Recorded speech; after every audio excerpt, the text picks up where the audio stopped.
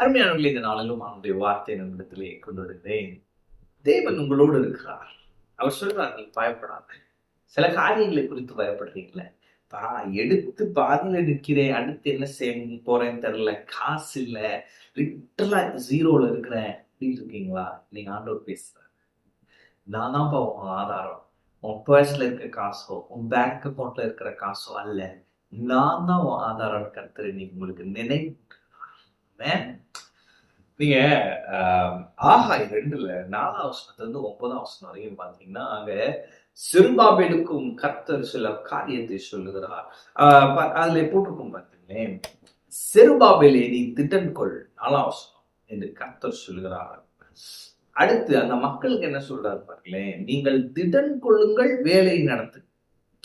அப்ப இன்னைக்கு ப்ராஃபட்டிக்கா ஆண்டவர் இதை உங்கள்கிட்ட சொல்றாரு, நீ திடன் கொண்டு காரியத்தை நடப்பி, நீ தைரியம் கொண்டு வேலையை ஸ்டார்ட் பண்ணுன்றார். இந்த காரியத்தை ஸ்டார்ட் பண்ணலாமா வேணாமா, ஆண்டவரே இது இப்படிதான் இருக்குமா, என்ன செய்ய தெரியலையே, ஆண்டவர் இன்னைக்கு உங்களோட பேசுகிறார். நீ திடன் கொண்டு தைரியம் கொண்டு காரியத்தை நடப்பி, நான் உன்னுடனே இருக்கிறேன். நாம என்ன வசனத்துல அப்படியே போடுறோம் பாருங்களேன், நீங்கள் திடன் கொள்ளுங்கள், வேலையை நடத்துங்கள் என்று கர்த்தர் சொல்லுகிறார். நான் உங்களுடனே இருக்கிறேன் என்று சேனைகளின் கர்த்தர் சொல்லுகிறார். அப்ப the Lord of hosts, சேனைக்குரிய கர்த்தர். அப்ப அவர் உங்க கூட இருக்கிறாருன்னா அவருடைய சேனையே உங்க கூட இருக்குன்னு அர்த்தம். நீங்க பாருங்களேன், இந்த வசனங்கள்லாம் படிச்சீங்கன்னா அந்த திருத்துவ தேவன், பிதா குமாரன் பரிசுத்தாவி 3 பேருமே அதுல வருவாங்க பாருங்களேன். பாத்தீங்கன்னா இதுல என்ன போட்டிருக்குன்னா, நான் உங்களுடனே இருக்கிறேன் அப்படின்னு சேனைகளின் கர்த்தர் சொல்லுகிறார். அடுத்து 5ஆம் வசனம் பாத்தீங்கன்னா, என் ஆவியானவரும் உங்கள் நடுவில் நினைவு கொண்டிருப்பார். அப்ப பிதா வந்துட்டாரு, ஆவியானவர் வந்துட்டாரு. அடுத்து பாருங்களேன் 7ஆம் வசனம், சகல ஜாதிகளாலும் விரும்பப்பட்டவர் வருவார். அப்ப அந்த விரும்பப்பட்டவர், சகல ஜாதிகளாலும் விரும்பப்பட்டவர் யாருன்னா இயேசு கிறிஸ்து, மேசியா. அப்ப ஆண்டவர் என்ன சொல்றாரு, அப்பா நான் உன் கூட இருக்கிறேன்ப்பா, நீதான் என் மெச்சாரிட்டி. நான் யார் உன் கூட இருக்காங்க இல்ல, என்ன உன்கிட்ட இருக்கு இல்ல, அது விஷயமே இல்ல, நான் உன் கூட இருக்கிறேன். ஆமென். அப்ப பிதா குமாரன் பரிசுத்தாவி என்ன அவங்க உங்க கூட இருக்கிறாங்க. அப்ப தேவன் உங்க கூட இருக்கிறார். ஆமென். அப்ப என்ன நடக்குதுங்க அப்படின்னா, அவர் சொல்றாரு 8ஆம் வசனத்துல, வெள்ளியும் என்னுடையது, பொன்னும் என்னுடையது என்று சேனைகளின் கர்த்தர் சொல்கிறார்.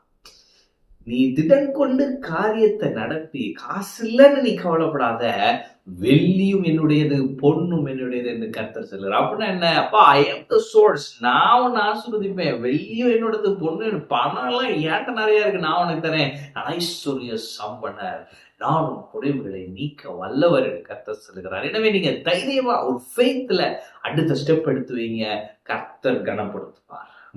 கர்த்தர் கனப்படுத்துவார், கர்த்தர் நிச்சயமா ஆசீர்வதிப்பார். சூப்பர் நேச்சுரலா உங்க தேவைகள் சந்திக்கப்படும். நீங்க தைரியமா ஒரு ஸ்டெப் எடுத்து வைங்க, விசுவாசத்துல ஒரு ஸ்டெப் எடுத்து வைங்க. கர்த்தர் உங்களை நீங்க நம்ப முடியாத இடத்துல இருந்து எதிர்பார்த்திராத விதத்திலே ஆசீர்வதிக்க உண்மையுள்ளவர். ஆமென். அதுக்கப்புறம் 9ஆம் வசனம் பாருங்களேன், முந்தின ஆலயத்தின் மகிமையை பார்க்கலும் இந்த பிந்தின ஆலயத்தின் மகிமை பெரிதாயிருக்கும் என்று சேனைகளின் கர்த்தர் சொல்லுகிறார். இவ்விடத்திலே சமாதானத்தை கட்டளையிடுவேன் என்று சேனைகளின் கர்த்தர் உரைக்கிறார் என்று சொல்லுகின்றார். அப்ப ஆண்டவர் சொல்றாரு, இப்ப நீ பண்றீங்கல்ல, இந்த பிந்தின ஆலயத்தின் மகிமை பெரிதா இருக்கும்.